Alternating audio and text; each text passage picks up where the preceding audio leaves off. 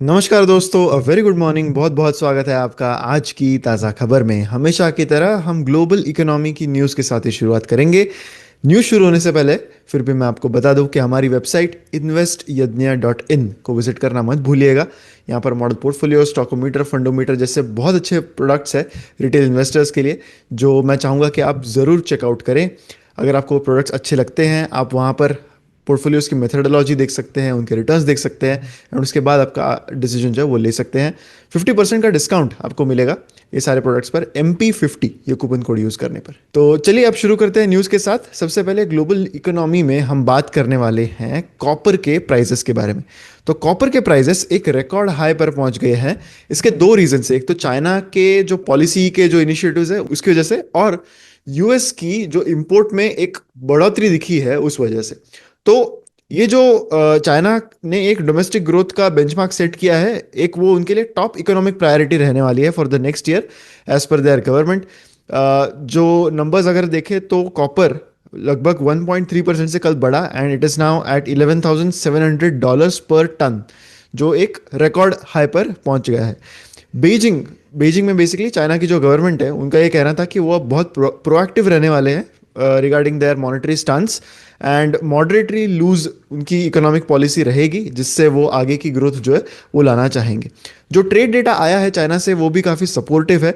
हाल ही में उनके जो एक्सपोर्ट्स है वो रिबाउंड हुए हैं पिछले मंथ में, बीटिंग द एस्टिमेट्स, एंड इससे जो कंट्री का ट्रेड सरप्लस है वो $1 ट्रिलियन के आगे ऊपर पहुंच गया है for the first time in any year. अब कॉपर जो है वो एक बहुत ही क्रिटिकल मेटल है for electrification and energy transition. इस साल ये ऑलरेडी 30% से बढ़ गया है as per the London Metal Exchange, and जो न्यू डिमांड है that is fuelled by data centres, electric vehicles, and ये ऐसे समय पर आ रही है जहां पर सप्लाई जो है ना इस मेटल का वो थोड़ा सा टाइट सप्लाई करंटली चल रहा है। तो किसी भी सिंपल इकोनॉमिक्स के लॉजिक के हिसाब से अगर हम देखें तो डिमांड अगर ज़्यादा होगी और सप्लाई कम होगा तो प्राइसेस बढ़ेंगे, एंड वही हमें यहाँ पर देखने मिल रहा है।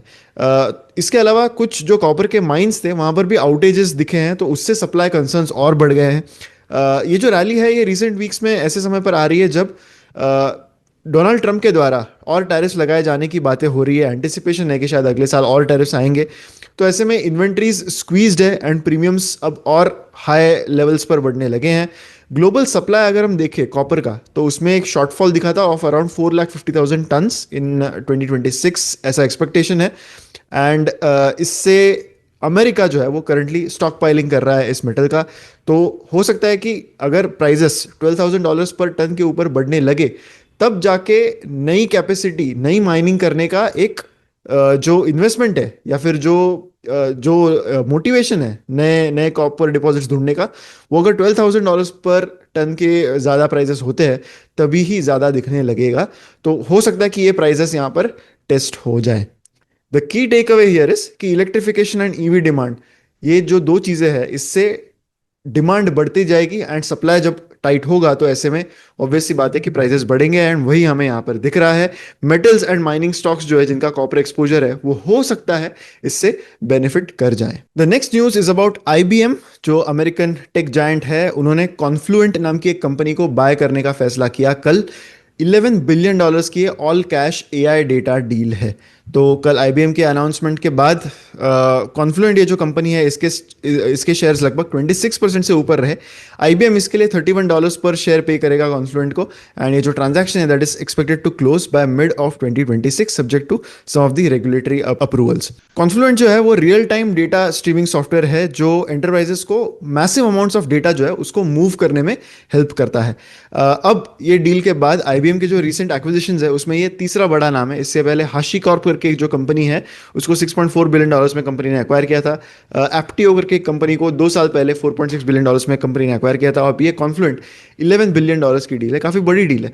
तीनों ही डील्स जो IBM ने हाल ही में किए हैं, पिछले 2-3 सालों में किए हैं, वो ऑल कैश ट्रांजैक्शंस रहे हैं।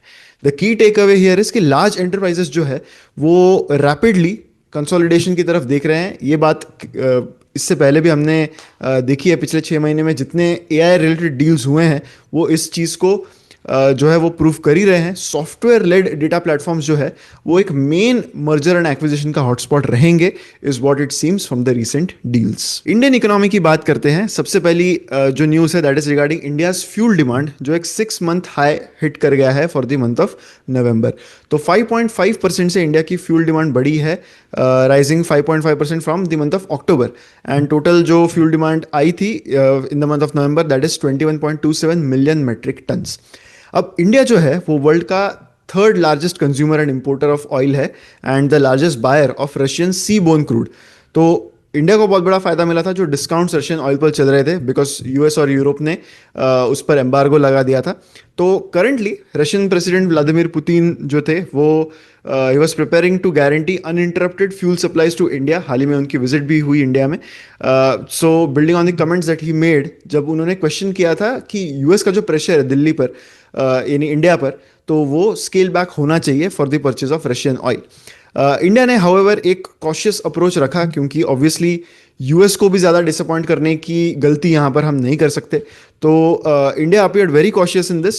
उनके जो रिमार्क्स आए थे पुतिन के that came during his 2 day visit to India in the last week, इस कॉशन को देखते हुए इंडिया के जो रिफाइनर्स है like Indian Oil Corporation and Bharat Petroleum, उन्होंने जनवरी के orders for Russian oil place कर दिए हैं and these are from non sanctioned suppliers, right. तो यहाँ पर डिस्काउंट अभी भी वाइड है, तो जिन पर सैंक्शन नहीं है ऐसे सप्लायर से ये 2 स्टेट ऑयल रिफाइनरीज ने जनवरी के सप्लाईज जो है वो सिक्योर किए हैं।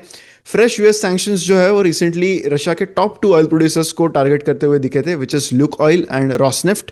एंड यूएस ने इन कंपनीज को 21 नवंबर तक की मोहलत दी थी to stop their transactions with the Russian oil producers. The key takeaway here is कि डोमेस्टिक इकोनॉमिक एक्टिविटी अभी भी रेजिलिएंट दिख रही है from the oil numbers.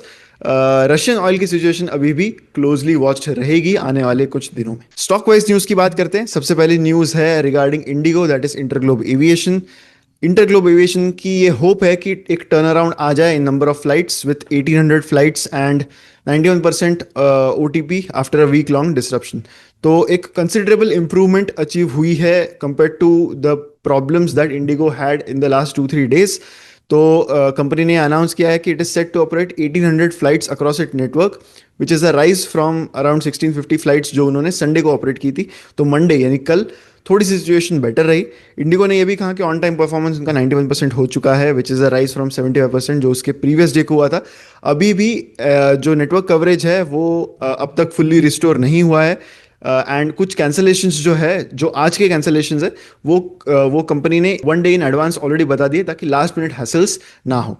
According to the airline 827 crore तक का अमाउंट जो है वो रिफंड कर दिया गया है for cancellations up to December of 15th, जबकि बाकी जो अमाउंट है that is still in process. IndiGo ने अराउंड 562 फ्लाइट्स कैंसिल की कल, that is on Monday, across 6 metro airport, जिसमें से 150 कैंसिलेशंस जो है वो बेंगलुरु अलोन से हुई है। अभी भी जो ऑपरेशनल क्राइसिस है वो कंटिन्यूज टू कंटिन्यू। इन प्रेशर्स के दौरान civil aviation minister Ram Mohan Naidu ने पार्लियामेंट को बताया कि सेंटर जो है that is going to initiate a probe into these large scale cancellations जो इंडिगो के थ्रू हुए हैं। एंड उन्होंने कहा है कि this crisis is entirely IndiGo's rostering failures.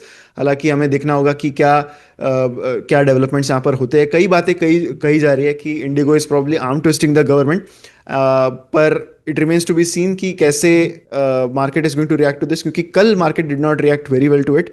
Indigo के shares were down by quite a lot and SpiceJet was in fact up.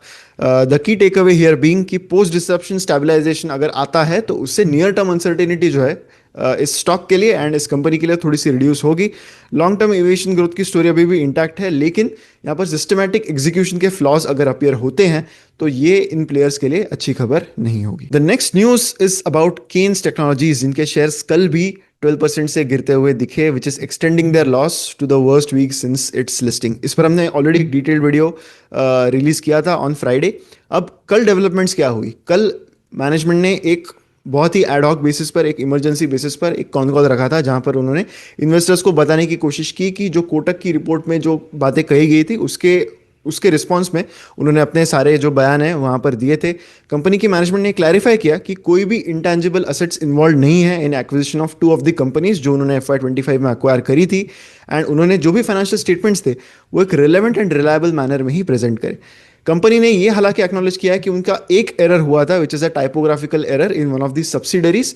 तो रिलेटेड पार्टीज का एक डिस्क्लोजर का एक नोट होता है फाइनेंशियल स्टेटमेंट्स में, तो उसमें एक सब्सिडरी के रिगार्डिंग उन्होंने जो बाकी सब्सिडरीज के साथ जो ट्रांजैक्शन हुए थे वो वहां पर कवर नहीं किए थे। हालांकि इस नॉन डिस्क्लोजर का फाइनेंशियल इंपैक्ट कोई नहीं है, P&L या फिर बैलेंस शीट में कोई इंपैक्ट नहीं है। ऐसा नहीं है कि कंपनी ने प्रॉफिट्स अंडरस्टेट या ओवरस्टेट किए या फिर रेवेन्यू अंडरस्टेट या ओवरस्टेट किया। It is only a matter of disclosure, जो कंपनी ने अश्योरेंस देने की कोशिश की थी कल के कॉन कॉल में कि वो आगे चलकर इस चीज़ का ख्याल रखेंगे। मैनेजमेंट ने यह भी कहा कि बाकी जो इनकंसिस्टेंसीज कोटक ने अपने रिपोर्ट में बताई थी उनमें से कोई भी वैलिड नहीं है। जो भी कैलकुलेशंस उन्होंने बताया रिगार्डिंग बोरोइंग कॉस्ट और the other calculations regarding the profits of one of their subsidiaries called Iskrameco, तो वो सारी चीज़ें जो है they are not valid and कई जगहों पर उन्होंने नंबर्स जो है वो रॉन्ग बताए दिए थे। गोइंग फॉरवर्ड कंपनी का ये कहना है कि वो इस स्मार्ट मीटर्स का business which is the Iskraemeco business उस पर रिलायंस कम करना चाहते हैं एंड वो ग्रोथ देख रहे हैं in the automotive industrial railways and electronics segment. तो ग्रोथ के पॉइंट ऑफ व्यू से कहीं भी कोई चीज़ चेंज नहीं हुई है, but it seems that the market is getting spooked. It is fearing कि शायद यहाँ पर और भी चीज़ें हैं जो शायद कंपनी यहाँ पर डिस्क्लोज नहीं कर रहा है। इन माई ओपिनियन आई फील कि जो चीज़ें कंपनी ने डिस्क्लोज की है दे do not warrant such a large correction in the price, क्योंकि डिस्क्लोजर रिलेटेड एक चीज़ उन्होंने मिस कर दी है। बाकी सारे पॉइंट्स तो कंपनी ने वहाँ पर प्रूव कर दिए हैं कि जो कोटक ने अपने रिपोर्ट में कवर किए थे वो सही नहीं है। मैनेजमेंट ने यह भी रिटरेट किया है कि करंटली उनके कोई प्लान्स नहीं है प्रोमोटर्स के to sell any stake in the company. Currently promoters are holding around 53.46% stake and they do not need any more funding at least in the near term, जिस वजह से उनको जो प्रोमोटर की अपनी स्टेक है वो यहाँ पर डाइल्यूट करनी पड़े।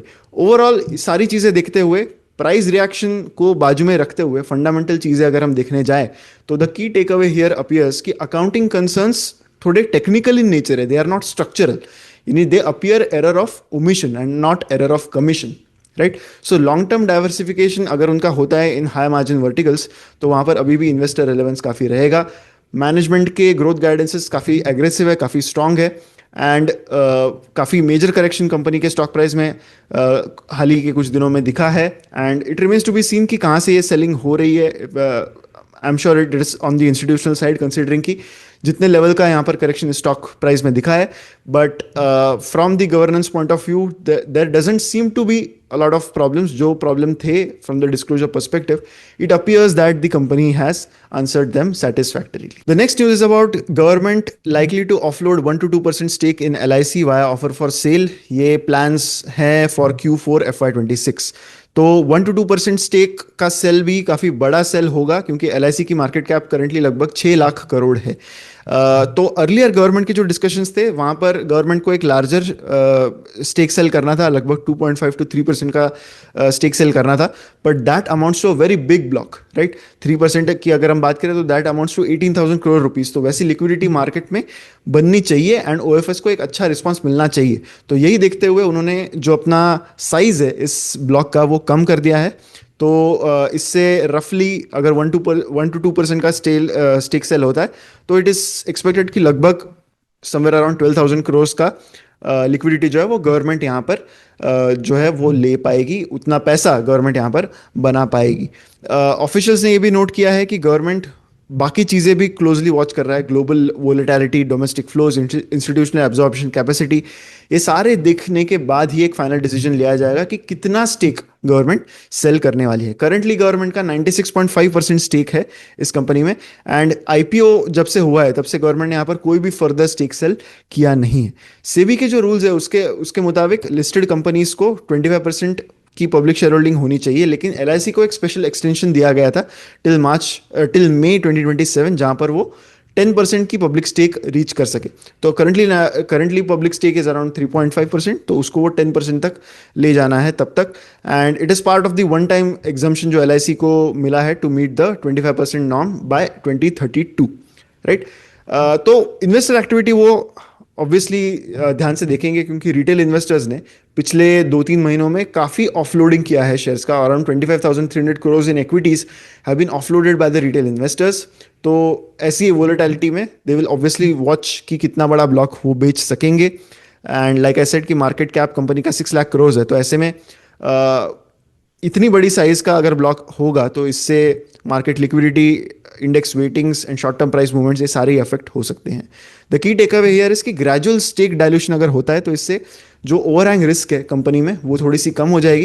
And of course company is quite mindful कि वो ये execution without destabilizing the market यहाँ पर करे। फिजिक्स वाला कंपनी ने कल अपने Q2 रिजल्ट्स डिक्लेयर किए थे। हाल ही में कंपनी का IPO हुआ था, इसलिए इनको एक एक्सटेंशन मिल रहा है टाइमलाइन का for declaring the Q2 results.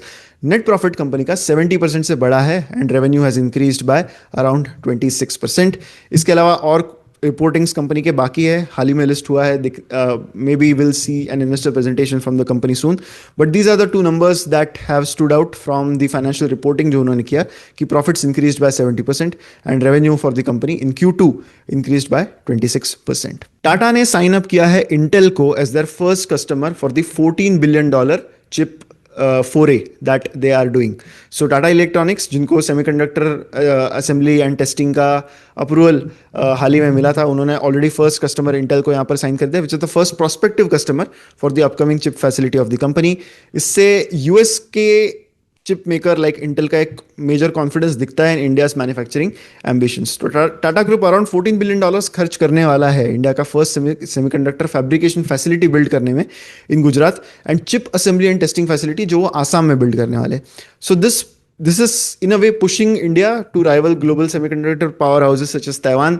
And Intel and Tata electronics कुछ और भी अपॉर्चुनिटीज जो है वो एक्सप्लोर करेंगे, like rapidly scaling AI PC solutions for customer and enterprise markets, जो वो कह रहे हैं कि which will be a top 5 market by 2030। The key takeaway here being कि वैलिडेशन अगर मिलता है फ्रॉम ग्लोबल लीडर्स तो इससे जो सेमीकंडक्टर केपेक्स का जो थीसिस है वो थोड़ा सा डी रिस्क हो जाता है, यानी वहाँ पर रिस्क जो है वो थोड़ी सी कम दिख रही है अब एग्जीक्यूशन पॉइंट ऑफ व्यू से।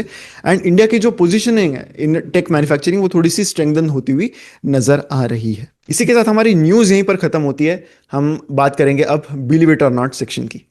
तो जेम्स हॉवेल्स नाम का एक शख्स है इन वेल्स इन यूके, जिन्होंने 2013 में एक्सीडेंटली अपनी एक ओल्ड हार्ड ड्राइव जो है, कंप्यूटर की ओल्ड हार्ड ड्राइव जो है, वो एक लैंडफिल में, यानी एक कचरे के ढेर में बेसिकली, जो एक बड़ा लैंडफिल होता है, वहाँ पर फेंक दी। बाद में उन्हें पता चला कि ये जो हार्ड ड्राइव थी इसमें 7,500 बिटकॉइंस थे, 7,500 बिटकॉइंस। उस समय जब ये हुआ, दिस हैपेंड इन 2013, तब उसकी वैल्यू उतनी ज़्यादा नहीं थी। मे बी उसी वैल्यू पर होता तो ही wouldn't have bothered searching for that. But bitcoin की वैल्यू अब ऐसी है कि ये जो 7,500 बिटकॉइंस है, इसकी वैल्यू आज की तारीख में लगभग $800 मिलियन की होगी। $800 मिलियन की इनकी वैल्यू करंटली हो सकती है, जो जेम्स हॉवेल्स को one of the largest BTC holders on the planet बना देती। लेकिन उन्होंने इसके बाद जब उनको ये रियलाइज़ हुआ कि ये उनसे ये गलती हुई है, हार्ड ड्राइव जहाँ पर पब्लिक डेटा जो है उसमें, पब्लिक की बेसिकली जो है उसमें ये सारे बिटकॉइन स्टोर्ड थे, तो जब उनको ये रियलाइज़ हुआ तब उन्होंने वो सर्च करने की कोशिश की, उन्होंने कोर्ट में जाकर स्टे लाने की कोशिश की। And this has become one of the widely discussed incidents in the entire crypto world. Despite a decade long effort to recover the drive, including high tech plans and legal battles उन्होंने किए, उनको permission नहीं मिली to access the landfill by local authorities. And एक British जज ने ही ruled against his case in 2024, जिसके बाद उनको अपना सर्च जो है वो बंद करना पड़ा। So that was our believe it or not for today. इसी के साथ हमारी न्यूज़ का ये वीडियो जो है वो यहीं पर खत्म होता है। अगर वीडियो आपको अच्छा लगा है तो लाइक ज़रूर कीजिए एंड शेयर भी करें वीडियो को विद मैक्सिमम पीपल। जैसा कि मैंने वीडियो की शुरुआत में कहा था, investYajna.in ये वेबसाइट को विजिट करना मत भूलिए। यहाँ पर बहुत अच्छे पर्सनल फाइनेंस के प्रोडक्ट्स हैं आपके लिए, like model portfolio, stockometer, fundometer. And in ये प्रोडक्ट्स अगर आपको अच्छे लगते हैं तो MP50 ये कूपन कोड यूज़ करके आपको 50% का डिस्काउंट इन प्रोडक्ट्स के सब्सक्रिप्शन पर मिल जाएगा। तो मैं आशा करता हूँ कि आप ज़रूर हमारी वेबसाइट चेकआउट करेंगे। थैंक यू सो मच, मिलते हैं अगले वीडियो में।